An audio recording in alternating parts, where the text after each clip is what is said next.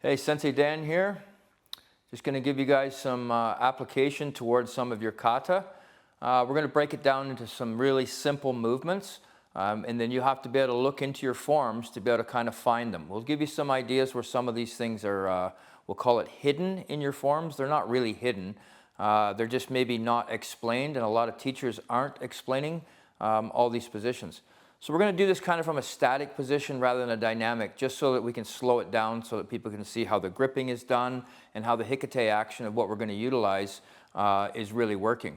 So I'm going to get Ethan. Basically, Ethan's going to do a cross grip on my wrist. Now, when would this happen in a fight?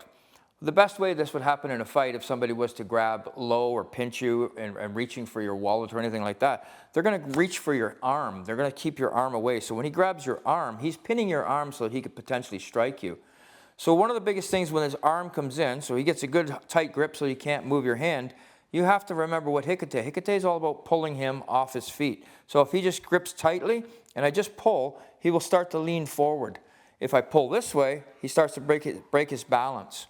Okay, so then what I want to do is I want to turn my wrist, just like we do in hikate. So if I'm in this position and I draw my hand back from any punch or any block or anything that we do, we're going to twist our wrist a little wee bit, we're going to grab. When we grab, I'm going to step forward. So everybody wants to know, why do you step in a kata? So we stand in a kata and we do these kinds of movements and we step into left zens, right zens, and all these other stances. Well, the idea is that it's a movement pattern that's going to allow us then to be able to defend ourselves and get off the line of attack. So once I turn my wrist up, I turn his elbow up. This exposes his elbow. Once his elbow is exposed moving up, I move in behind to stay as far away from that hand as I can. I can strike on the way in, but again, keeping it less dynamic for now, we'll just bring the hand over. I'm going to take my right hand, I'm going to come over the top, I'm going to loop it underneath, I'm going to put it on my chest flat. Right from there, I just apply, he's going to tap when the pressure is on. So I'm pushing down on the back, so I take away the tendinal tricep on the back here. I put this part of my wrist bone right here, put it right underneath, hold it down tight, you're just going to press and pull. Press and pull. Each time when you do this, you're fully extending the arm so that it has nowhere to go. So the moment that he grasps a hold of you, the first thing he's thinking is he's going to try to punch. So if you allow him to get any kind of an action, you need to grab the same. The moment he grabs, you seize, you turn, move. Step it in, bring it up. From this position, I'm now beside him, like in the form. So in the form, when you're turning your wrist this way, and then you're going to move behind them. So in the form always tells you to move to the left or to the right or wherever it's going to tell you to go. It's meaning to move to his left or right, not yours. So in this particular case, the form tells me to move to the left of my opponent. So the left of my opponent is right here. So I want to move to his left. Once I grasp, I move to his left. I encircle it, bring my hand right underneath, grab, nice and high, keep it flat. Again, use the bone portion here, right under the tendinal tricep. Reach, press, till he taps. Take your hand. After that, you can grab, unwrap it, bring it through, take him to the floor. From that position, if I don't want him back up, I just guide my hand down. I reach, I press. There's nowhere for him to go. Okay, back up. So once I'm in this position, when he grabs here, I have to make sure that I seize because that's coming. So the moment that grabs, he starts to pull, I'm already moving. If I don't move fast enough, then I'm now having to defend a secondary hand, which is possible, but that's not the objective. The moment this is grasped, I turn, I come into here. I reach straight in, I break the arm this way, keep the control here, twisting the wrist. Unwind, over the top, bring it back down. Pull it out, kneel. You can use your leg to do the move or not. It's up to you. Okay, so from the single wrist grab, once it comes through, again, grab, start to turn it up, orient it to the sky. If I want to add the simple strike in, I simply hit the face.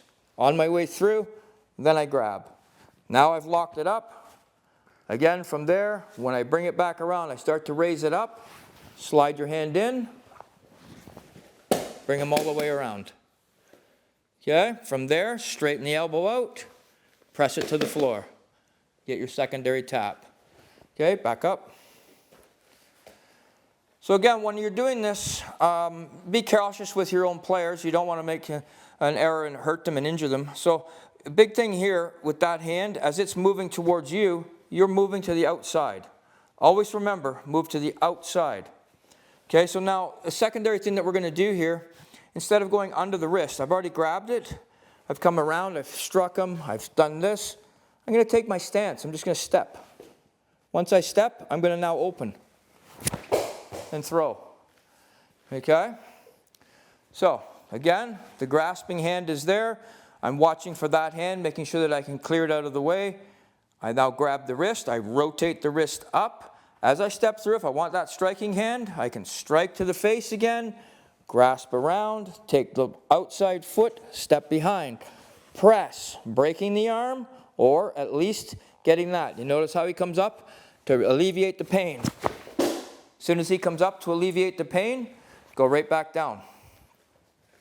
So if you look at the basics of these, the basic principle is reach and grab, twist, hit, because look what happens to his head. His head moves towards you. Hit, pushing his head away, elbows here. Bring the elbow in, turn the elbow up, break the arm.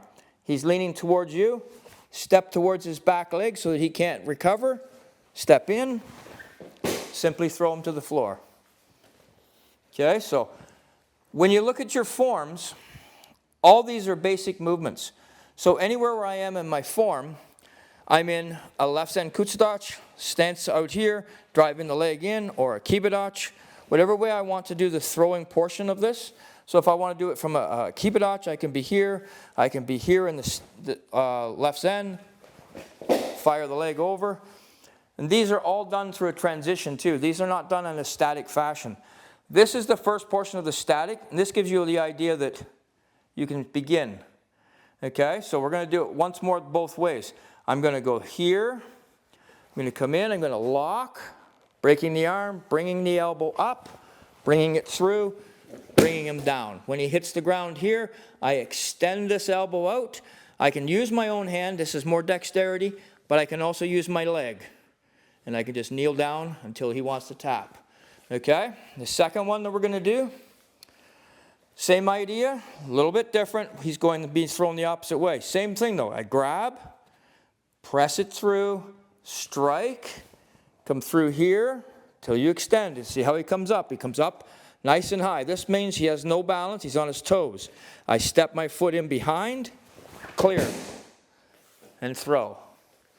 Okay, so you'll be able to find this in almost all of the forms. There's different applications. So anywhere that you see your stances when they're coming out here, in most cases they're utilized for a tripping action or a throwing action.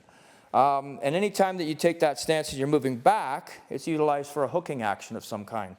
So remember, anytime when there's a crossed hand, you want to be to the outside. So your form, Pinan shodan, tells you move to your left. I move to my left. Right away, I've cleared away that hand. At the very least, if I want to do a hooking action, I just come around the head. I can hook and bring straight down. So I want my opponent to not be able to be standing where he is. So we use the kazushi, which basically is to take a balance away from them. It's literally referred more to as absolutely destroying the balance. So, and it's not even about balance, it's just destroying their ability to recover. So when I turn here and I push his head's going in an opposite direction of where it normally naturally wants to go. And then if he wants to try to move it back, I just push straight down on the head. And all of these applications are simply your blocks. They're very simply a block. So I bring this back as if I'm blocking, I strike, and then I bring this hand straight down and pull the head off. Okay? So when you go through your forms, go slow with some of them. Even if all you have is just some basic ideas of turning and starting to articulate where the elbow goes, so the anatomy. Then you have the idea of being able to manipulate the person from being able to strike you. So you turn, raise, and they're no longer able to strike from that direction. Okay? So for more information, Click like, share, subscribe. More of these are coming your way. Thank you.